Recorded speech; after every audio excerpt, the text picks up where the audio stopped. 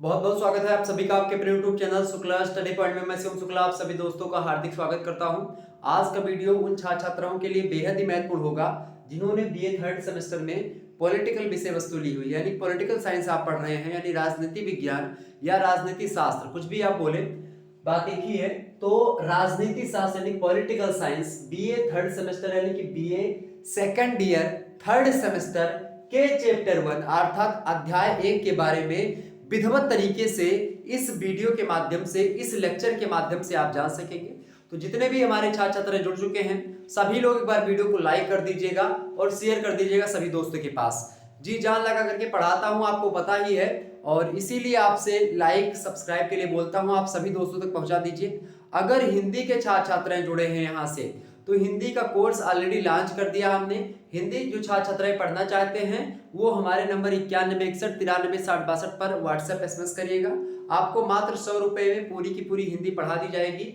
आप जो है आप एसएमएस करेंगे कि सर मुझे हिंदी का कोर्स लेना है, उसमें सभी सब्जेक्ट के पीडीएफ वगैरह भी आपको मिलते रहेंगे उस बैच में जो मतलब ग्रुप से। तो आप सभी लोग उससे जुड़ सकते हैं मात्र 100 रुपए में, और हिंदी को विस्तार से आप उसमें पढ़ सकते हैं। और भी सब्जेक्ट की जो पीडीएफ वगैरह होगी उसमें मैं सेंड कर दूंगा, तो और भी सब्जेक्ट वगैरह लेना चाहें तो उस कोर्स को ले सकते हैं। ठीक है, तो उसके लिए मात्र 100 रुपए मैंने रखा है। तो आप अगर कहें मतलब कि आप एसएमएस करिएगा, हमारा नंबर 9161936062 है, उस पर आप व्हाट्सएप एसएमएस करिएगा कि सर हमें हिंदी का कोर्स लेना है। मैं आपको एक जो है बार कोड यानी स्कैनर सेंड करूंगा, उस पर आपको मात्र 100 रुपए यूपीआई माध्यम से पे कर देने हैं। अगर आप नहीं चलाते उसको तो आप किसी दूसरे से पे करवा सकते हैं, स्क्रीनशॉट लेकर के आप मेरे पास उसको सेंड कर देंगे, मैं आपको ग्रुप में ऐड कर दूंगा। उसके बाद में उसी ग्रुप में आपकी क्लासेस होती रहेंगी।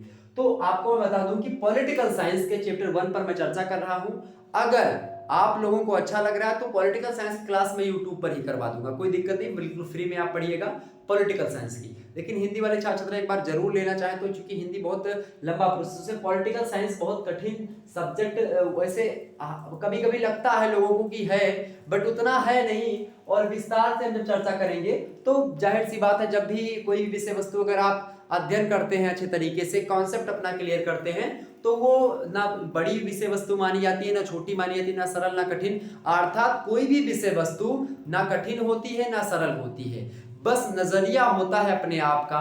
कि यानी शुरुआत में आपने देखा कि पॉलिटिकल साइंस के जो सिद्धांत है, जो अवधारणाएं हैं, वो समझ में नहीं आ रही, जो कॉन्सेप्ट है वो क्लियर नहीं कर। अगर आपका एक दो कॉन्सेप्ट क्लियर होगा किसी भी पॉइंट को लेकर के तो आपको लगेगा कि हाँ सरल है। तो उसी श्रृंखला में आज हम उत्तर औपनिवेशिक भारत में लोकतंत्रीकरण की प्रक्रिया और लोकतंत्र के आयाम, कौन कौन से आयाम, सामाजिक आयाम, कौन कौन से, सामाजिक, आर्थिक एवं राजनीतिक आयाम। अर्थात जब उत्तर औपनिवेशिक भारत मतलब क्या होता है, यहां पर एक शब्द पर ध्यान दीजिएगा, ये चैप्टर 1 का नाम है, पूरा जो मैंने लिखा है ये चैप्टर 1 का आपके नाम है, औपनिवेशिक भारत में लोकतंत्रीकरण की प्रक्रिया और लोकतंत्र के आयाम, सामाजिक, आर्थिक एवं राजनीतिक। अब इसको थोड़ा सा, इस चैप्टर के नाम के पीछे की क्या कहानी है, इसको जब तक नहीं जानेंगे तब तक चैप्टर 1 आपकी समझ में नहीं आएगा। मैं लोकतंत्र की परिभाषा, विशेषता और ये सब पता करके चला जाऊंगा, इसका कोई मतलब नहीं रहेगा जब तक आप उसके तह तक नहीं जाएंगे कि आखिरकार ये किस बारे में आपसे जानना चाह रहा है एग्जामिनर। आखिरकार इस अगर चैप्टर को बीए थर्ड सेमेस्टर में रखता है तो उसका क्या मंसूबा है, वो क्यों रख रहा है, इन मुद्दों पर हम चर्चा करेंगे। सबसे पहली बात, उत्तर, उत्तर माने होता है, सबसे पहली बात यहां पर देखिएगा, उत्तर माने होता है बाद में। क्या होता है बाबू, उत्तर माने बाद में, किसके बाद में, औपनिवेशिक भारत। औपनिवेशिक भारत का मतलब क्या हो गया, अर्थात ऐसा भारत जो कि किसके अधीन था, अंग्रेजों के अधीन था। ठीक है, अंग्रेजों के अधीन जब भारत रहा, अंग्रेजों के अधीन जब भारत रहा, उस समय के भारत को, यानी लगभग 2 सदियों तक मुख्य रूप से बात की जाए, भारत पर शासन किया किसने, मुख्य रूप से 2 सदियों तक। वैसे तो लगभग 1600 में कंपनी आई, ठीक है, वैसे तो मान लेते हैं 1600 में कंपनी आई, 1611 आते आते उसने एक प्रकार से अपनी पीठ स्थापित करी। इसके बाद में धीरे धीरे और क्या हुआ कि वो धीरे धीरे आती गई और उसके बाद में 1757 का समय आता है ईस्वी का, उसमें प्लासी वगैरह का युद्ध होता है, बक्सर का युद्ध होता है। इसके बाद में क्या होता है कि कंपनी अब मुख्य रूप से शासन में आ जाती है और कंपनी एक प्रकार से भारत पर शासन करने लगती है। इसके 100 सालों के बाद 1757 ईस्वी के 100 साल के बाद में लगभग 1858 ईस्वी का एक समय आता है। 1858 ईस्वी की अगर बात की जाए, सॉरी 1857 ईस्वी 100 साल के बाद में एक ऐसी क्रांति होती है जिसको हम क्या कहते हैं, 1857 की क्रांति। ठीक है, चाहे इसको 1857 की क्रांति बोले, चाहे इसको हम क्या बोलेंगे, प्रथम भारतीय स्वाधीनता संग्राम या प्रथम स्वतंत्रता संग्राम। ठीक है, प्रथम स्वतंत्रता संग्राम बोले। ठीक, प्रथम स्वतंत्रता संग्राम बोले। तो जब ये आप देखिएगा यहां पर आते थे, क्या होता है कि जो ब्रिटिश हुकूमत होती है, अब वो अपने हाथों में, कंपनी के हाथों से जो शासन अभी तक कंपनी चला रही थी भारत में, उस शासन को अपने हाथों में, यानी ब्रिटिश ईस्ट इंडिया कंपनी जो अभी तक शासन कर रही थी भारत पर, वो शासन अब ब्रिटिश क्राउन के पास चला गया। What do mean by crown? Crown का मतलब होता है बाबू कि अभी तक जो शासन एक कंपनी के हाथों में था, वो शासन अब ब्रिटिश सत्ता के हाथ में चला गया। अर्थात अब ब्रिटेन भारत पर शासन कर रहा है, वहां पर बैठ करके वो बैठा है ब्रिटेन में, वो बैठे हैं इंग्लैंड में, और वहां से वो लोग हम पर क्या कर रहे हैं, वो हमारे कानून बना रहे हैं, हमारे नियम बना रहे हैं, हमारे मापदंडों को चिन्हित कर रहे हैं, अर्थात हमारे ऊपर शासन कर रहे हैं। कब से? 1857 ईस्वी के बाद, क्रांति के बाद में 1858 ईस्वी में सीधे शासन चला जाता है। एक साल के बाद में 1858 में एक अधिनियम आता है, 1858 का अधिनियम। उसी अधिनियम में ब्रिटिश क्राउन अर्थात जो महारानी होती हैं, ब्रिटिश की रानी होती हैं, उनके हाथों में भारत की बागडोर चली जाती है, और इसीलिए उसी को हम औपनिवेशिक शासन कहते हैं। औपनिवेशिक मतलब मुख्य रूप से, चूंकि 1857 में हुआ, आजादी कब मिली भैया? आजादी मिली 1947 का। कब मिली? 1947 का आजादी मिली। जोड़ो 1857 से 1947, तो लगभग कितना समय आपका मिलेगा? ये लगभग एक साल का समय आप देख सकते हैं, यहां से कुल मिलाकर के लगभग एक साल का समय कुछ का। ठीक है, वो ज्यादा ये पर गणित तो हम पढ़ नहीं रहे हैं, लगभग करके हम बोल रहे हैं। इसका मतलब कि लगभग 100 साल तक यहाँ पर आपको मिला, 1857 से 1947 आकर के 50 तक संविधान लागू हुआ। उसके बाद में 5 साल तक तो सबको मतलब इकट्ठा करने में, अभी मैं समझाऊंगा, इसको भी पढ़ना पड़ेगा यहीं से, क्योंकि जब हम लोकतंत्रीकरण की प्रक्रिया पढ़ेंगे तो प्रक्रिया भारत जैसे सबसे बड़ा, सबसे पहली बात है समझो कि भारत दुनिया का सबसे बड़ा लोकतंत्र है। भारत दुनिया का सबसे बड़ा लोकतंत्र है, तो उस लोकतंत्र को बनने में क्या प्रोसेस था, किस प्रक्रिया के द्वारा भारतीय लोकतंत्र का उदय हुआ, उससे पहले किन किन देशों में लोकतंत्र की अवधारणा थी, ये तमाम प्रकार के प्रश्न आपके दिमाग में चल रहे होंगे। उन तमाम प्रश्नों के उत्तर को जानने का प्रयास इस वीडियो के माध्यम से रहेगा। मेरे भैया मेरी बहनों, आपको बता दूं कि जब 100 साल तो ये हो गया, इसके अलावा इससे पीछे चलो 100 साल ये 1757 ईस्वी में, चूंकि 1757 आते आते पूरे समूचे भारत पर कहीं ना कहीं पे ब्रिटिश ईस्ट इंडिया कंपनी का प्रभुत्व स्थापित हो चुका था। और जब ब्रिटिश ईस्ट इंडिया जो कंपनी थी 1757 आते आते उसका प्रभुत्व स्थापित हो गया, तो यहीं से हम मान लेते हैं कि मुख्य रूप से औपनिवेशिक शासन प्रारंभ होता है। और 1857 ईस्वी तक आते आते ये 100 सालों में कंपनी ने खूब चूसा भारतीय जो है खेमे को। इसके बाद में 1858 ईस्वी का अधिनियम आया। उस अधिनियम के बाद क्या हुआ? उस अधिनियम के बाद ब्रिटिश शासन, ब्रिटिश सत्ता ने खूब चूसा, रेल का विकास हुआ और चीजों का विकास हुआ, डाकघरों का विकास हुआ लॉर्ड डलहौजी के शासन काल में, आप देखिएगा। लेकिन उन लोगों ने जो भी विकास किया, अंग्रेजों ने जो भी विकास किया, मैं खुले मंच पर बोल रहा हूं, अंग्रेजों ने जो भी विकास किया, वो विकास वो भारतीयों के लिए नहीं किया, वो विकास उन्होंने स्वयं के लिए किया। और एक प्रकार से जब भारत जैसा विविधतावादी क्षेत्र जहां पर अलग अलग धर्म के लोग निवास कर रहे हैं, अलग अलग भाषा लोग बोल रहे हैं, तमिल, तेलुगु, कन्नड़, मलयालम, हिंदी, गुजराती, मराठी, इसके अलावा पहाड़ी भाषा, नेपाली भाषा, तमाम प्रकार की भाषा जो बोलते हैं लोग, उर्दू भाषा, तमाम बहुभाषी लोग हैं, बहुत संस्कृति यानी कि बहुत सारे कल्चर हैं। और भारत जैसे एरिया में बहुलवाद की अवधारणा, जातिगत समस्याएं और इसके अलावा बहुत प्रकार की समस्याएं उत्पन्न करके ये हम लोगों को छोड़ करके गए। तो यहां पर चैप्टर का मतलब समझिए तो औपनिवेशिक भारत ये हो गया। लेकिन आपको यहां पर औपनिवेशिक भारत के बारे में पढ़ने के लिए नहीं कह रहा है। अब यहां पर कह क्या रहा है, इस पर थोड़ा सा हम नजर डालते हैं। कह क्या रहा है भैया, कह रहा है आपसे कि सबसे पहले लिखा उत्तर, और उत्तर माने मैंने क्या बताया, उत्तर माने बाद में, अर्थात जब औपनिवेशिक शासन था, औपनिवेशिक शासन के बाद वाला, यानी कि जब भारत आजाद हो गया। ठीक, इसका मतलब कि आजादी के समय की भारत की बात कर रहा है, यानी जब भारत आजाद हुआ उसके बाद में लोकतंत्रीकरण की जो प्रक्रिया रही है वो क्या रही है, इसको समझना है। तो कुल मिलाकर के समझ गए, यानी कि अंग्रेजों के अधीन जब भारत था, आजाद हुआ कब, 1947 ईस्वी में। 1947 ईस्वी में जब भारत आजाद हुआ, लगभग जो है 2 वर्ष 11 माह 18 दिन लगे भारतीय संविधान को बनने में। संविधान बना, 395 अनुच्छेद उसमें रखे गए, ठीक है, 8 अनुसूचियां रखी गई और 22 भाग रखे गए। ठीक, तो इन सभी में आप देखिएगा एक नियम कायदे रखे गए, इनमें से 100 से अधिक आर्टिकल्स को आप देखिएगा। 1935 ईस्वी में जो भारत शासन अधिनियम आया था, उसी अधिनियम से हूबहू उठा करके भारतीय संविधान में रख दिया गया था, इंडियन कॉन्स्टिट्यूशन में उसको रख दिया गया था। ठीक, कहां से, 1935 का लगभग 100 से अधिक। 1935 का जो भारत शासन अधिनियम था किसने बनाया था, अंग्रेजों ने बनाया था।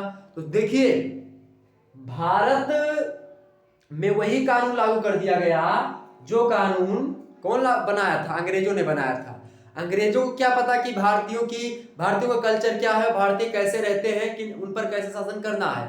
बट भारतीय जो विचारक थे उस समय के, भारतीय जो महान ज्ञाता थे, उन लोगों ने क्या किया कि 1935 ईस्वी से, मतलब 1935 ईस्वी का जो भारत शासन अधिनियम था, यानी कि जो भारत शासन जो अधिनियम था, ठीक है, इंडियन रेगुलेटिंग एक्ट जो था 1935 का, वहां से लगभग 100 से अधिक आर्टिकल्स यानी अनुच्छेद को उठाया और हूबहू कहां पर, भारतीय संविधान में, इंडियन कॉन्स्टिट्यूशन में घुसेड़ दिया।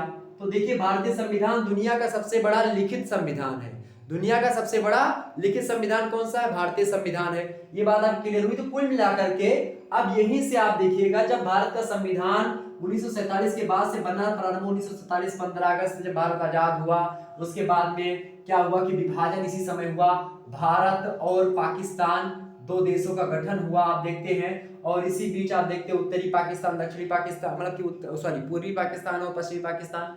तो उनके बाद में तो हालांकि समझेंगे पाकिस्तान को हटा ही देते हैं अभी के लिए, उसका कोई मतलब नहीं यहाँ पर हम पढ़ रहे हैं। तो भारत में एक लोकतंत्र की अवधारणा आई, और भारत जब अंग्रेज लोग छोड़ करके गए तो भारत में चूंकि 3 प्रकार की सबसे बड़ी समस्या उस समय भारत में आ रही थी, जब मतलब अंग्रेजों ने भारत को छोड़ा। तो ये बात आपके समझ में आ गई, यानी कि भारतीय संविधान में तमाम प्रकार की चीजों को ध्यान में रखा गया और इसमें संविधान संशोधन भी हुआ। वर्तमान में 395 अनुच्छेद तो हैं, लगभग 100 से अधिक संविधान संशोधन भी हो चुका है। ठीक है, 100 से अधिक संविधान संशोधन हो चुका है। ठीक, और इसमें का खा गा यानी ABCD करके तो बढ़ोतरी हुई इस भारतीय संविधान के अनुच्छेदों में। अनुसूचियां जो पहले 8 थी उसमें लगभग 4 अनुसूचियों की वृद्धि हुई, 12 अनुसूचियां वर्तमान में है और 25 भाग अब वर्तमान में आप देखिएगा 25 भाग हुए थे, 3 भाग बढ़े थे, फिर 3 भाग घटोतरी हुई, यानी कि एक प्रकार से 25 भाग हुए थे लेकिन फिर वो घट चुके। तो इसका मतलब ये है कि भारतीय संविधान का निर्माण हुआ, और भारतीय संविधान के निर्माण की बात की जाए तो संविधान के हिसाब से लोकतंत्र क्या होता है। लोकतंत्र की परिभाषा को एक बड़े विद्वान थे, उनके बारे में बताऊंगा अभी आगे चल करके, अब्राहम लिंकन, उन्होंने क्या कहा था कि भारत जो होता है वो क्या है, मतलब कि लोकतंत्र किसे कहते हैं, जनता का जनता के लिए जनता के द्वारा किया गया शासन जो होता है वही होता है आपका लोकतंत्र। तो लोकतंत्र के बारे में समझने से पहले आपको 3 धारणाओं पर समझना पड़ेगा कि जब उत्तर औपनिवेशिक भारत था उस समय में अंग्रेज लोग हमारे समक्ष कौन कौन सी चीजें छोड़ करके गए थे विरासत में, क्या क्या चीजें छोड़ करके गए थे। रुपया पैसा तो सब भैया लूट ही नहीं रहा, कुछ नहीं बचा रहा एकदम से। अब आप मान लियो कि जो कुछ बचाव रहा वो पैसा कहाँ दे दी, इनका पाकिस्तान ले लीस। तो अब भारत के पास कुछ बचा नहीं था। भारत में कौन कौन से नेता मुख्य रूप से जो है सरदार वल्लभ भाई पटेल, नेहरू जी और गांधी जी, मतलब गांधी जी की उतनी भूमिका उस समय तक आते थे, आप देखिएगा नहीं रह बचती है। इसके अलावा और भी लोग थे, ठीक, नेता में मोतीलाल नेहरू तो भाई सेठ थे उस समय के। तो कहीं ना कहीं पे आप देखिएगा कि अब भारत का एकदम से आंतरिक जो चीजें होती हैं वो सब चूस चुके थे अंग्रेज लोग, ठीक। भारत एक समस्याओं का पुतला था उस समय, और तब वो लोग छोड़ करके गए थे। यानी भारत में सबसे पहली समस्या ये थी कि सामाजिकता पर ध्यान दें। सामाजिकता मतलब क्या होता है? सामाजिकता मतलब यहाँ पर थोड़ा समझिएगा। सामाजिकता मतलब ये है कि भारत में सामाजिकता, समाज में आप देखिएगा कई सारी विविधताएं थी। क्या थी भाई भारत में? विविधता। कैसी विविधता थी? विविधता भी कई प्रकार की होती, जैसे कि अगर मैं बात करूं सबसे पहले सांस्कृतिक विविधता, ठीक है, सांस्कृतिक विविधता थी। दूसरे नंबर पर आपकी, ठीक है, जातिगत विविधता थी, ठीक, जातिगत विविधता। इसके अलावा बात की जाए धार्मिक विविधता थी, ठीक, बहुत सारे धर्म के लोग रह रहे थे यहाँ पर, खास करके हिंदू मुस्लिम में बहुत ज्यादा विभाजन हुआ। आप देखे होंगे विभाजन की वो त्रासदी, किस प्रकार से हिंदू लोग और मुस्लिम लोग किस प्रकार से लड़ रहे थे, किस लोग सिख, मतलब कि सिख वहां पर धरना, मतलब बहुत ज्यादा हो रहा था। जिस क्षेत्र में आप देखिएगा जो बढ़ोतरी थी और जो घटे थे उनको एक प्रकार से बहुत ज्यादा एक प्रकार से भय का माहौल था, सब डरे हुए थे। आप गदर मूवी एक बार देख लीजिएगा, आपको थोड़ा बहुत जो है वहां का उस समय की चीजों का पता चल जाएगा। तो यहाँ पर देखिएगा धार्मिक विविधताएं थी। इसके अलावा आप देखिएगा सांस्कृतिक विविधता हो गई, राजनीतिक विविधता भी आप देख सकते हैं, राजनीति में भी विविधता आप देख सकते हैं, कई प्रकार की आप देखते हैं, और तमाम प्रकार की राजनीतिक विचारधाराएं अपने अपने गुट को बना रही थी। इसके अलावा राजनीतिक विविधता के साथ ही साथ आप देखिएगा राजनीति के साथ साथ आर्थिक विविधता भी थी। कोई व्यक्ति बहुत ज्यादा अमीर था उस समय की बात देखी जाए, और कोई व्यक्ति बहुत गरीब था, यानी आर्थिक विविधता भी थी। यानी कि कुल मिलाकर के आप देखिएगा सामाजिक विविधता के साथ साथ, और भारत चूंकि एक भौगोलिक विविधता का भी क्षेत्र रहा है, भौगोलिक, ठीक, हालांकि भौगोलिक विविधता अंग्रेज लोग छोड़ करके नहीं गए थे, ये तो प्राकृतिक चीजें हैं, लेकिन फिर भी अगर हम इसमें रखें तो रख सकते हैं, कोई दिक्कत की बात नहीं है।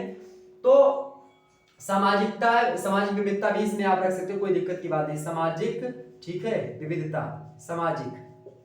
तो एक प्रकार से सबसे पहली बात तो ये थी कि भारत में जो ये विविधताएं थी, बहुत सारे संस्कृति के लोग थे, एक प्रकार से आपस में एक प्रकार से हुड़ुक मचा रहे थे, अपनी अपनी संस्कृतियों को आगे बढ़ाने में लगे हुए थे, ठीक। बहुत सारे जातिगत अपने अपने जो है जातियों को लेकर के आगे बढ़ रहे थे, बहुत सारे लोग धर्म को लेकर के आगे बढ़ रहे थे, कुछ लोग राजनीति की रोटियां सेक रहे थे, आर्थिक, कुछ लोग बहुत ज्यादा पैसे के पीछे, बाजारवाद के पीछे दौड़े हुए थे। इस प्रकार से आप देखेंगे भौगोलिक क्षेत्र में कहीं पर नदी बह रही, कहीं पर झील, कहीं पर पहाड़, कहीं पर समतल मैदान, कहीं पर मरुस्थल था, कहीं पर कोई खेती नहीं उपज रही थी, तो कहीं पर एक प्रकार से गंगा जमुना का शतरंज मैदान का ये मैदान जो पड़ा हुआ है ब्रह्मपुत्र का, इन सभी में दुआब के क्षेत्रों में दो नदियों का बीच का जो क्षेत्र होता है उसी को दुआब कहते हैं। वहां पर खूब ज्यादा चीजें, पंजाब की जो भूमि है वो 5 नदियों की भूमि कही जाती है, वहां पर आप देखिएगा फसलें खूब हो रही थी। इस प्रकार की विविधता को छोड़ करके यहां से अंग्रेज गए थे। सबसे पहली कठिनाई भारतीय लोकतंत्र में आने से पहले, यानी कि भारत के लोगों को, भारतीय नेताओं के समक्ष सबसे पहली चुनौती ये थी कि विविधता जो भारत में फैली हुई थी इसको एकजुट कैसे किया जाए, यानी विविधता में एकता को स्थापित करना, ये पहली कठिनाई थी। अगर इस कठिनाई को लोगों ने सही कर दिया, इसका मतलब कि लोकतंत्र का पहला चरण हमारा समाप्त हो। यानी कि लोकतांत्रिक प्रक्रिया का पहला चरण तो यही था कि विविधता को हमको समाप्त करना था। ये चीज, लोकतंत्र की परिभाषा जान लेना बहुत बड़ी बात नहीं है, आप गूगल पर डालेंगे बहुत परिभाषा मिल जाएगी, लेकिन उसकी प्रक्रिया को समझना एक प्रकार से कहीं ना कहीं पे जब आप विस्तार से उसको पढ़ेंगे तब समझ में आएगा। तो ये चीजें थी, थोड़ा सा इसको जानने पहली कठिनाई, तो स्क्रीनशॉट ले लीजिएगा, इसको लेना है। चलिए फटाफट से दूसरी बात ये कि दूसरी कठिनाई थी ये भैया, दूसरी कौन सी कठिनाई थी? पहली तो विविधता हो गई, सभी समाज में विविधता स्थापित करना। तब अगर विविधता समाज में जो विविधता स्थापित थी, सॉरी विविधता स्थापित करना, विविधता को एकता में बदलना। तो जब विविधता को एकता में हमने बदल लिया तो ये सबसे पहली कठिनाई ये थी लोग भारतीय लोकतंत्र को बनाने में कि भाई विविधता जो भारतीय समाज में फैली हुई है इसको हम एकजुट करें। दूसरी बात, दूसरी कठिनाई क्या थी? बड़े ध्यान से समझिएगा, अकताइएगा मत। पहला चैप्टर है, बहुत इत्मीनान से पढ़ो भैया, ठीक है, क्योंकि ना पानी बरसत है तोरे हिया ना हमरे हिया, आसानी से पढ़ो, विधिवत तरीके से जौन कुछ टूट फूट शब्दावली में पढ़ा पा रहे हैं आप लोग देखिए, अब बहुत ध्यान से एकदम से कंसंट्रेट होकर के पढ़िएगा। ठीक, दूसरी बात ये रही कि विविधता जो फैली थी उसको एकत्रित तो किया, यानी विविधता को एकता में कन्वर्ट किया। और चूंकि आज हम बहुत ज्यादा सीना चौड़ा करके यही कहते हैं कि भारत विविधता में एकता स्थापित करने वाला देश है, भारत दुनिया का सबसे बड़ा लोकतंत्र है, लेकिन क्या लोकतंत्र के पहलुओं पर भारत खरा उतर रहा है, इस पहलुओं पर भी चर्चा करेंगे हम। मैं ये नहीं जानता कि सरकार इसमें क्या करती है या और भी लोगों को क्या करना चाहिए, लेकिन मैं ये जानूंगा, ये मैं अवश्य बताऊंगा आप लोगों को कि आखिरकार लोकतंत्र की अवधारणा कहां तक सेटिस्फेक्शन प्रदान करती है भारतीय परिप्रेक्ष्य में। ठीक, अर्थात दूसरी बात ये रही कि औपनिवेशिक भारत के समय काल में भारत में जो लोकतांत्रिकरण की प्रक्रिया रही उसके दौरान जो दूसरी समस्या हमारे समक्ष उत्पन्न हुई वो समस्या कौन सी थी। दूसरी समस्या की अगर बात की जाए तो दूसरी समस्या थी कि भारत में जो एक प्रकार से तमाम प्रकार की एक प्रकार से भारत में एक लोकतंत्र की स्थापना करना। दूसरी बात क्या है, भारत में लोकतंत्र की स्थापना करना। चूंकि इससे पहले भारत में भी चूंकि ब्रिटेन का शासन था, ब्रिटेन में राजतंत्र था यानी कि राजशाही थी, ब्रिटेन में राजा हुआ करते थे, आनुवंशिक पद्धति पर उनका चुनाव हुआ करता था। यानी सबसे दूसरी बात ये थी कि भारत में लोकतंत्र की स्थापना के लिए आपको चुनाव करवाना था, वो भी कैसा चुनाव, स्वतंत्र चुनाव करवाना था। ठीक है, वयस्क मताधिकार के बारे में सोचना था। ठीक है, वयस्क मताधिकार के बारे में सोचना था। इसके लिए तमाम प्रकार की समस्याएं उत्पन्न होने लगी। इसके अलावा आर्थिक नियोजन पर भी बल देना था। ठीक, ये तो मैंने शुरुआत में ही बता दिया। तो वयस्क मताधिकार हो गया। इसके अलावा जो है समानता की बात यहाँ पर आपको करनी थी, समानता की बात। ठीक है, समानता, बंधुत्व। ठीक, ये सब नारा आप देखते हैं शुरू में क्रांति फ्रांस की हुई थी उस समय आया था, स्वतंत्रता, बंधुत्व। ठीक है, भाईचारा, ये सब चीजों को आना चाहिए। धर्म को एक प्रकार से कैसे मैनेज करना है, तो कहीं ना कहीं पे भारत में लोकतांत्रिक प्रक्रिया को स्थापित करना, ये दूसरे एक प्रकार से कहीं ना कहीं पे एक कठिनाई हमारे समक्ष आई कि इसको लोकतांत्रिक प्रक्रिया को स्थापित करने में लोकतंत्र किस प्रकार से भारत में स्थापित किया जाए और इसमें चुनाव, वयस्क मताधिकार या जो है प्रकार से जो राजनीतिक चीजें हैं या एक प्रकार से बात की जाए जो व्यक्ति की स्वतंत्रता है, चाहे वो स्वतंत्रता की बात की जाए, दैहिक स्वतंत्रता की बात की जाए, ठीक है, स्वतंत्रता की बात की जाए, उसके अधिकार की बात की जाए। ठीक, ये तमाम प्रकार की चीजें जब तक व्यक्ति को नहीं मिलेंगी तब तक कौन सा लोकतंत्र। व्यक्ति अपने आप को जो कुछ बोलना चाह रहा है यानी अभिव्यक्ति की स्वतंत्रता उसको ना हो, अभिव्यक्ति की स्वतंत्रता व्यक्ति चाहेगा, ये भी एक समस्या उत्पन्न होती है। तो जो जिस समय भारत को छोड़ करके लोग गए थे उत्तर, मतलब कि उससे पहले औपनिवेशिक काल में, तो आते उत्तर औपनिवेशिक काल यानी कि जब भारत एक प्रकार से अपना संविधान बना रहा था उस समय बहुत ज्यादा कहीं ना कहीं पे आप देखिएगा भारत में समस्याएं उत्पन्न हो रही थी और ये सब समस्याएं इसी चीज को लेकर के थी कि किस प्रकार से हमको मैनेज करना है। तो ये लोकतंत्र की प्रक्रिया में दूसरा पॉइंट आ चुका है। ओके, तीसरी बात ये, दूसरी बात आपके समझ में आ गई कि यानी कि जो लोकतंत्र है इसको कैसे स्थापित किया जाए। जब समाज में ना तो कोई समानता को जान रहा है, ना बंधुत्व को, ना स्वतंत्रता को, ना अधिकार को जान रहा है, उस समय इंप्लीमेंट कैसे किया जाए इसको, इस चीज पर भी बड़ा विचार विमर्श, बड़ा संघर्ष हुआ। जो है प्रकार से जो लोग थे, संविधान निर्मात्री सभा थी या और भी लोग थे, तमाम सारी बहस होती गई। तो ये दूसरी बात ये थी। तीसरी बात सबसे महत्वपूर्ण वो थी कि भारत में किस प्रकार से, तीसरी बात के लिए हमको कहां पर पहुंचना पड़ेगा, लोकतंत्र के आयाम पर।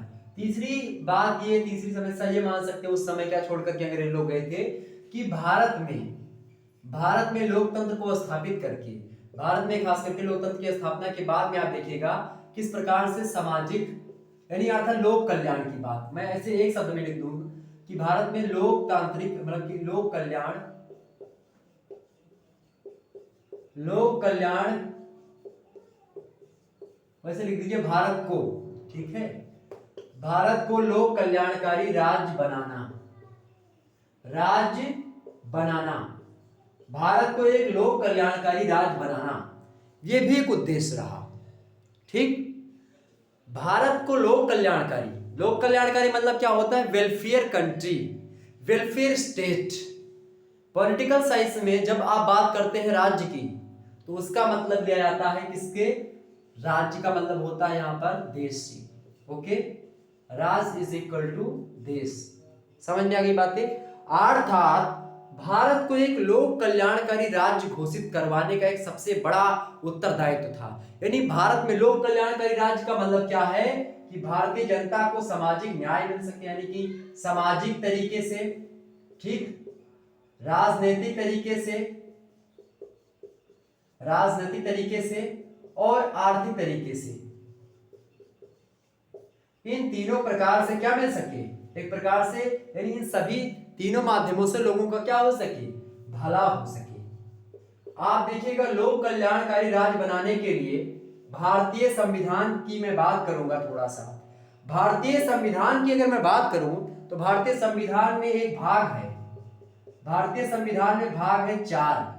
भाग 4 में बात किया है, भाग 4 36 से लेकर के अनुच्छेद 36 से लेकर के अनुच्छेद 51, अनुच्छेद 36 से लेकर के अनुच्छेद 51 भारतीय संविधान में डीपीएसपी के नाम से आता है, डीपीएसपी के नाम से जाना जाता है। डीपीएसपी मतलब क्या होता है, directive principles of state policies, अर्थात राज्य के नीति निर्देशक तत्व।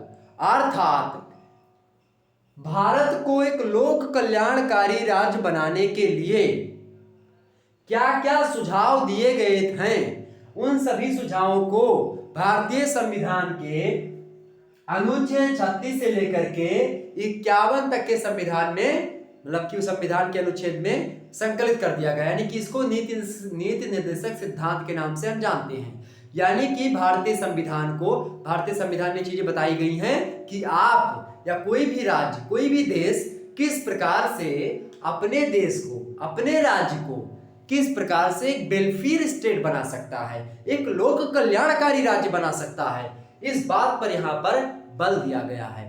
तो भारत को लोक कल्याणकारी राज्य बनाना ये सबसे बड़ा उत्तरदायित्व था उस समय के नेताओं पर, उस समय के राजनेताओं पर, जिस समय अंग्रेज लोग हमको मझधार में छोड़ करके चले गए। अर्थात भारत में कुछ नहीं था, राजनीतिक विसंगति अलग फैली थी, सामाजिक विसंगति अलग फैली थी उस समय। लगातार आप देख रहे थे धार्मिक धर्म की कट्टरता अपने चरम पर थी उस समय। अंग्रेज लोग क्या किए, फूट डालो राज करो, हिंदू मुस्लिम को लड़ा करके और राज किया, और बाद में क्या किया, ऐसे ही थोड़ा सा जिन्ना को उकसा करके, इधर नेहरू को थोड़ा सा जो है इधर करके, और क्या कर दिया, 2 राज्य बना दिया। जो अखंड राज्य का सपना वो टूट गया गांधी का, और गांधी इसी बात को लेकर के आप देखिएगा किस हमेशा चिंतित रहते थे। ओके, तो इस प्रकार से आप लोगों ने देखा लोक कल्याणकारी राज्य का मतलब क्या होता है कि जैसे मान लेते हैं सामाजिक न्याय हो। सामाजिक न्याय मतलब जैसे कि मान लें कोई बच्चा है, उसको 6 से 14 वर्ष के बच्चों को आप देखिएगा निःशुल्क शिक्षा का जो प्रावधान किया गया है वो सब इसी में वेलफेयर कंट्री, इसी में बताया गया है, नीति सिद्धांत के अंतर्गत ये डीपीएसपी में बताया गया है कि 6 से 14 वर्ष के बच्चों को आप जो है फ्री शिक्षा दें। राज्य का कर्तव्य होना चाहिए, राज्य का कर्तव्य हो कि समान वेतन रखे, ठीक है, तमाम प्रकार की चीजें बताई गई हैं इसमें डीपीएसपी में। तो इन सभी चीजों के बारे में तो ये इतनी चीज आपकी सबसे महत्वपूर्ण चीजें थी जो कि भारत को एक प्रकार से विरासत में मिली, किससे मतलब मिली कि ये चीज करनी थी हमको उस समय। ये चुनौतियां थी हमारे समक्ष कि इन चीजों पर हमको खरा उतरना है, इन चीजों को हमको इंप्लीमेंट करना है, कहां पर, इंडिया में, ठीक। तो ये चीजें हमको मिली। आगे थोड़ा सा बढ़ते हैं और भी चीजों को जानते हैं। तो इसके बाद हम थोड़ा सा जानेंगे कि आखिरकार जो लोकतंत्र है इसकी परिभाषा विद्वानों ने किस प्रकार से दी है। तो मैं मुख्य रूप से 2 पहलुओं पर चर्चा करूंगा। लोकतंत्र के 2 पहलू सबसे महत्वपूर्ण हैं। एक, कुछ विद्वान ऐसे हैं जो कि लोकतंत्र की परिभाषा को देते हुए, लोकतंत्रीकरण की परिभाषा को देते हुए यह कहते हैं कि लोकतंत्र केवल प्रक्रियात्मक या न्यूनतम चीजें में आते हैं, यानी कि लोकतंत्र को प्रक्रियात्मक तरीके से बताया इन लोगों ने। यानी कि एक सिद्धांत रॉबर्ट डाल और सोमपीटर का है, इन दोनों ने इसके प्रक्रियात्मक या न्यूनतम लोकतंत्र के पक्ष पर विशेष बल दिया। जबकि दूसरा पक्ष जो है मर्कल महोदय वास्तविक अथवा सघन अधिकतम लोकतंत्र की बात करते हैं। तो 2 चीजें यहाँ पर ध्यान देनी होगी। एक तो प्रक्रियात्मक लोकतंत्र यानी कि जिसको हम न्यूनतम लोकतंत्र कहते हैं, दूसरा वास्तविक लोकतंत्र अथवा सघन लोकतंत्र या अधिकतम लोकतंत्र। ओके, ये 2 चीजें हैं। तो खास करके रॉबर्ट डाल और सोमपीटर कहते हैं कि प्रक्रियात्मक या न्यूनतम लोकतंत्र में कुछ चीजें शामिल हैं, जैसे कि निर्वाचन सही तरीके से हो, ये लोकतंत्र होता है।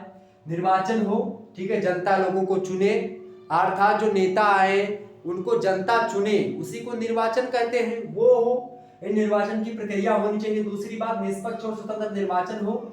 इसके अलावा वयस्क मताधिकार। वयस्क मताधिकार का मतलब क्या होता है, अर्थात जो वोट देने वाले हैं उनकी एज निर्धारित कर दिया कि हाँ 18 साल से ऊपर वाले जो हैं वो सभी लोग वोट दे सकते हैं। ये वयस्क मताधिकार यानी मत का अधिकार। वयस्क माने होता है यंग, यानी कि जो एक प्रकार से वयस्क हो चुके हैं वो मत देने के अधिकारी, यानी अपने मत को रख सके सरकार के किसी भी नियम बनाने में या सरकार को बनाने में अपना मत दे सके, यानी कि वोट डालने का अधिकार। इसके अलावा अभिव्यक्ति की स्वतंत्रता। अभिव्यक्ति की स्वतंत्रता अर्थात जो अनुच्छेद, भारतीय संविधान के अनुच्छेद 19 के ए में आप देखिएगा, या 19 पूरा मान लीजिए, अभिव्यक्ति की स्वतंत्रता है 19 ए खास करके। अनुच्छेद 19 ए जो है वो प्रेस की स्वतंत्रता, बोलने की स्वतंत्रता। जो प्रेस वाले आजकल जाकर के मुंह में मैक तुरंत लगा देते हैं, बोलिए आप क्या कहना चाहिए, किस प्रकार से आपको क्या लग रहा है, इस प्रकार से ऐसे करेंगे। तो इसका मतलब क्या है, ये क्या उनको किस प्रकार का अधिकार मिलता है, वो अनुच्छेद 19 ए के तहत उनका मौलिक अधिकार है कि वो अपनी बातों को रख सकते हैं, वो किसी भी मुद्दे पर अपने तर्क को रख सकते हैं। यही तो लोकतंत्र के एक प्रकार से, लोकतंत्र में जो मौलिक अधिकार दिए गए भारतीय संविधान के द्वारा, वही तो लोकतंत्र की रक्षा करते कहीं ना कहीं पे। तो वयस्क मताधिकार, अभिव्यक्ति की स्वतंत्रता, यानी कि आप बोल चाल सकते हैं, ठीक। इसके अलावा मतलब कि अपने राय रख सकते हैं किसी मुद्दे पर, कोई कानून बना, अब आपको कानून नहीं पसंद है तो आप धारणा भी दे सकते हैं, इसके लिए आप अभिव्यक्ति की स्वतंत्रता आपको है। इसके अलावा बहुलवाद, ठीक, जो प्लूरलिज्म होता है, बहुलवाद एक प्रकार से जो विविधता एक प्रकार से फैली है उसको भी कहीं ना कहीं पे खत्म करना, ये भी लोकतंत्र का ही एक हिस्सा है। तो बहुलवाद के बारे में, ठीक। तो इस प्रकार से रॉबर्ट डॉल और सोमपीटर महोदय ने इस प्रकार से बताया कि ये चीजें हैं तो लोकतंत्रीकरण हो चुका है। यही लोकतंत्रीकरण की प्रक्रिया है। अगर भारत ने निर्वाचन अच्छे से करवाया, वयस्क मताधिकार पर विशेष बल दिया, अभिव्यक्ति की स्वतंत्रता को ध्यान में रख करके संविधान का निर्माण किया, बहुलवाद को भी ध्यान में रखा, तो लोकतंत्रीकरण हो गया, यानी लोकतंत्र यही है। इसके बाद में जो है मर्कल महोदय ने कहा कि मात्र इतना लोकतंत्र नहीं हो सकता है, इसके अलावा भी लोकतंत्र में कई सारे पहलुओं को हम समाहित कर सकते हैं। तो लोगों ने कहा कि हाँ भैया का कहा तो तुम बताओ अपन वाली बात। तो मर्कल महोदय कहीं हम एक सिद्धांत देंगे, कहीं ये तो दीन ना प्रक्रियात्मक, यानी प्रक्रिया के द्वारा, मैं कह रहा हूं वास्तविक लोकतंत्र का। अच्छा वास्तविक कह, अच्छा नहीं समझ पा रहे हो, चलिए सघन लोकतंत्र हो गया का। अच्छा भाई नहीं समझ में आ रहा, चलो अधिकतम लोकतंत्र, यानी मैं उनसे कुछ ज्यादा चीजों को इसमें समाहित कर दूंगा। अधिकतम लोकतंत्र अर्थात मर्कल ने कहा स्वतंत्र और निष्पक्ष चुनावों के साथ ही साथ नागरिक स्वतंत्रता पर भी बल दिया। इन्होंने किस पर बल दिया, नागरिक स्वतंत्रता पर बल दिया, संवैधानिक शासन पर बल दिया, नागरिक समाज पर यानी कि सिविल सोसाइटी पर बल दिया। ये क्या होती है, नागरिक स्वतंत्रता मतलब क्या होता है कि जो एक प्रकार से व्यक्ति जो है स्वतंत्र रहे, स्वतंत्र रूप से वो बोल सके, भारतीय सीमा के अंतर्गत कहीं पर आ जा सके, इसके अलावा क्या कर सके, वो कहीं पर आ जा सके, स्वतंत्र हो पूर्ण रूप से। इसके अलावा वो एक प्रकार से जो नागरिक हो, जो सिटीजन हो इंडिया का, वो एक प्रकार से वो दबा हुआ बंधा हुआ महसूस ना करे अपने आप को भारत में रहते हुए, तब लोकतंत्र की स्थापना पूर्ण मानी जाएगी। अन्यथा भारत में रह करके वो एक प्रकार से शासन से अगर कोई काम करवाना है तो डर रहा है। आजकल भी देखिएगा गांव वगैरह में खास करके लोग बैंक वगैरह से लोन जल्दी नहीं लेते हैं, साहूकारों के पास जाते, गांव वगैरह में अभी भी आप देखिएगा प्रचलन है, ठीक। इसके अलावा आप देखिएगा कि गांव वगैरह में अभी भी जो लोग नहीं जानते हैं, पुलिस थाने में जाने से डरते हैं। अगर गांव में किसी घर पे पुलिस पहुंच गई तो समझिए कि उसकी इज्जत लगभग चली गई। सभी लोग सोचेंगे पुलिस आ रहा, उनके यहाँ का भाव हुए हो, यानी पुलिस को एक प्रकार से बहुत ज्यादा ये लगता है कि पुलिस आ गई तो इज्जत चली गई। क्या मतलब है यार, पुलिस आ गई आए जाए, ठीक, तो उसका कोई मतलब नहीं। तो पुलिस से लोग डरते हैं, बहुत सारे लोग। तो डरना, जब आप गलत कर्म नहीं करे हैं तो किसी से भी नहीं, चाहे पुलिस है, चाहे मिलिट्री वाले हैं, चाहे कोई भी है, वो आपको वैसे नहीं ना पकड़ेंगे ना मारेंगे, तो आप काहे लिए डर रहे हो। तो एक भय बना हुआ है लोगों के अंतर्गत, तो वो चीजें ना रहे। यानी कि जब भी अपने देश में रह करके नागरिक ही अपने आप को स्वतंत्र जब महसूस नहीं करता है, बंधा हुआ महसूस करे, तो कहीं ना कहीं पे आपका लोकतंत्र सही नहीं है। और यही कारण है कि हिंदी में आप देखिएगा, जब भारत आजाद हो गया उसके बाद में आप देखिएगा तमाम प्रकार के जो लोग थे, एक प्रकार से लोकतंत्र की स्थापना तो हो चुकी थी भारत में, लेकिन अभी भी प्रधानमंत्री उन्हीं के घर का, यानी गांधी परिवार का ही लोग बनते थे। इस प्रकार की चीजें होने लगी। पंडित जवाहरलाल नेहरू के बाद में लाल बहादुर शास्त्री जी बने। उसके बाद में आप देखिएगा फिर से धीरे धीरे करके क्या हुआ, इंदिरा गांधी आ जाती हैं। आपातकालीन स्थिति, उस समय की स्थिति आप अगर वर्णन आप देखिएगा आपातकाल में क्या क्या चीजें घटनाएं घटित हुई हैं उस समय, तो कई चीजें हैं। तो नागरिक स्वतंत्रता होनी चाहिए। स्वतंत्रता मतलब क्या, अनुच्छेद 14 से लेकर के भारतीय संविधान में अनुच्छेद 14 से लेकर के अनुच्छेद 18 तक भारतीय संविधान में नागरिक स्वतंत्रता का अधिकार है।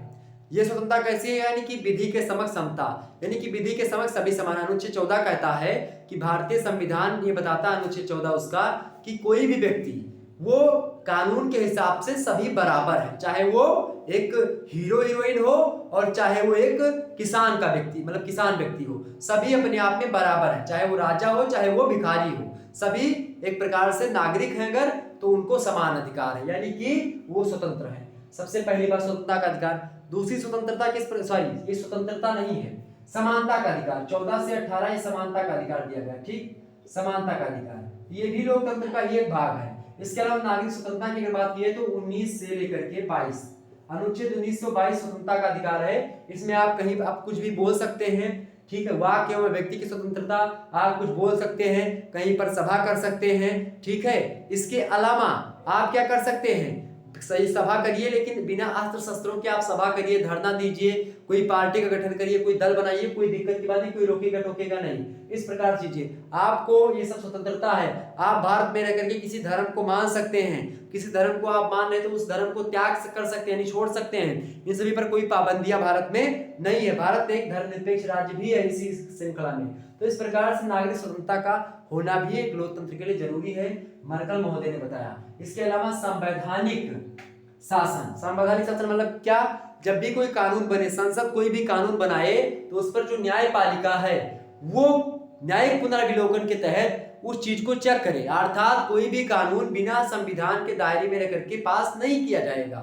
अर्थात अगर पास भी किया जाता है तो अगर लोगों को लगता है कि यह कानून संविधान के खिलाफ है तो PIL पड़ेगी, उसके बाद में संविधान में उस मतलब कि न्यायपालिका में चर्चा होगी उस कानून पर। अगर वह कानून संविधान के दायरे से बाहर है, संविधान के अनुच्छेदों का उल्लंघन करता है, तो वो जो है एक प्रकार से नियम क्या हो जाएगा, खारिज हो जाएगा और दूसरा नियम बनेगा। अर्थात संसद कोई ऐसा कानून नहीं बना सकती है लोकतंत्र में जो कि जनता के यानी कि संविधान में लिखी गई चीजों के खिलाफ हो। यह भी लोकतंत्रीकरण है, यह भी लोकतंत्र की एक परिभाषा है। ओके, इसके अलावा और मैं बात बताऊं तो मैं क्या बता रहा था कि जो नागरिक यानी कि संवैधानिक शासन, संविधान के दायरे में रह करके शासन किया जाएगा। संविधान के दायरे से हट करके, अभी मोदी जी आज उठे रात में 12 बजे से क्या कह दें कि आज से लगभग 25 साल तक भाजपा की सरकार रहेगी, संविधान में परिवर्तन नहीं कर सकती। क्यों? क्योंकि संविधान उनके ऊपर बैठा हुआ है, संविधान से ऊपर कोई नहीं है। और संविधान क्या कहता है, भारतीय संविधान का प्रस्तावना जब आप पढ़ेंगे कि हम भारत के लोग भारत को एक संपूर्ण प्रभुत्व संपन्न लोकतांत्रिक गणराज्य बनाने के लिए प्रण करेंगे। अर्थात जो संविधान सभा, निर्मात्री सभा या संविधान बनाने वाले लोग हैं वो सभी लोग डिपेंड है किस पर, भारत की जनता पर। अर्थात हम भारत के लोग एक प्रकार से यानी कि भारत के लोग ही डिनोट करेंगे कि भारत का नियम क्या होगा, भारत का कायदा क्या होगा। अर्थात प्रत्यक्ष लोकतंत्र भारत में नहीं है। लोकतंत्र की दो पहलू, एक तो अप्रत्यक्ष, तो भारत में अप्रत्यक्ष लोकतंत्र है। अर्थात लोकतंत्र का मतलब ये होता है कि अब्राहम लिंकन ने कहा कि जनता के द्वारा जनता के लिए किया गया शासन लोकतंत्र कहलाता है।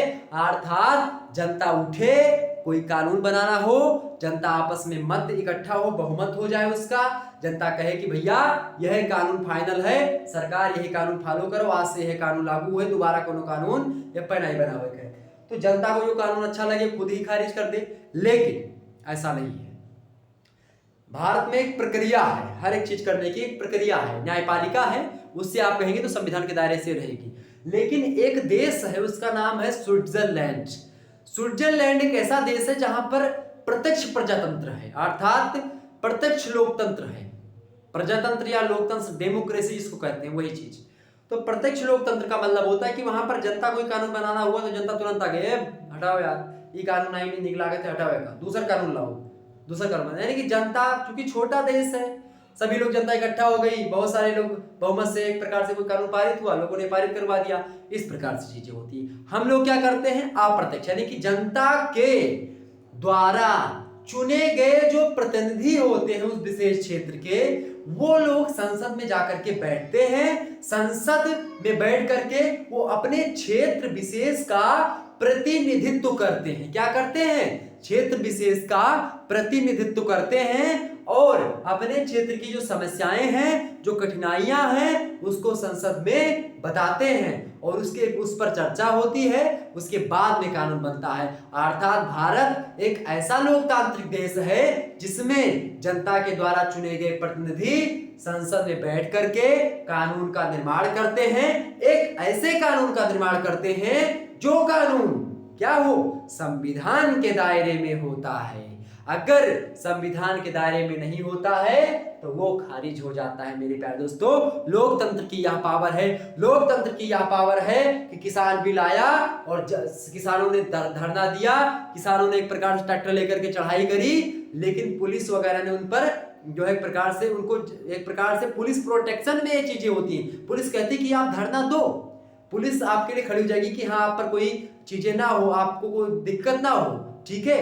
अर्थात जब भी आप शांतिपूर्ण तरीके से धरना देंगे, लोकतंत्र में अधिकार है कि आप शांतिपूर्ण तरीके से कहीं पर धरना दे सकते हैं, किसी मुद्दे को लेकर के अपनी बातों को रख सकते हैं। संवैधानिक शासन यही है। इसके अलावा नागरिक समाज अर्थात सिविल सोसाइटी की स्थापना हो, नागरिक समाज की स्थापना हो ताकि लोग सुखी रह सकें, समृद्ध रह सकें, लोक कल्याणकारी राज्य बन सके। ठीक, तो ये हो गया मर्कल का। अगले एक न्यूटन नाम के व्यक्ति, न्यूटन ने कहा कि इन्होंने लोकतंत्रीकरण की परिभाषा की। लोकतंत्रीकरण का मतलब क्या होता है कि एक राजनीतिक व्यवस्था, कैसी भी राजनीतिक व्यवस्था हो, चाहे वो राजतंत्री राजशाही रही हो या फिर कोई अन्य, तो जब एक राजनीतिक व्यवस्था का अधिक लोकतांत्रिक व्यवस्था, अर्थात जब एक